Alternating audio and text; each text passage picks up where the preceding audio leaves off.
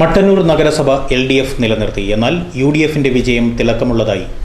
ഇത് LDF കേന്ദ്രങ്ങളെ അമ്പരപ്പിച്ചു. കഴിഞ്ഞ കൗൺസിലിൽ 6 അംഗങ്ങളുള്ള UDF ഈ തെരഞ്ഞെടുപ്പിൽ അംഗബലം 14 ആക്കി ഉയർത്തി. LDFന് 5 സീറ്റുകൾ നഷ്ടമായി.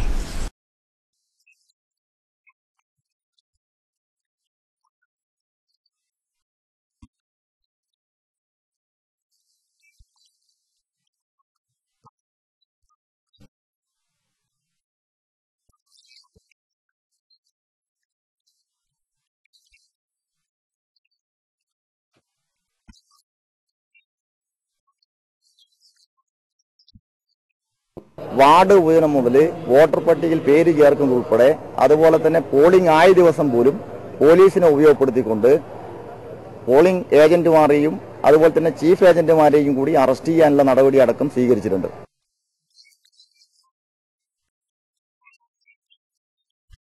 രാഷ്ട്രീയത്തിനും കൊലപാതക രാഷ്ട്രീയത്തിനും വികസന വിരുദ്ധ രാഷ്ട്രീയത്തിനും എതിരായിട്ടുള്ള ജനങ്ങളുടെ അതിശക്തമായിട്ടുള്ള ഒരു പ്രതികരണവും മുന്നേറ്റവുമാണ് ഈ തെരഞ്ഞെടുപ്പിൽ UDFന് അനുകൂലമായിട്ടുള്ളത്.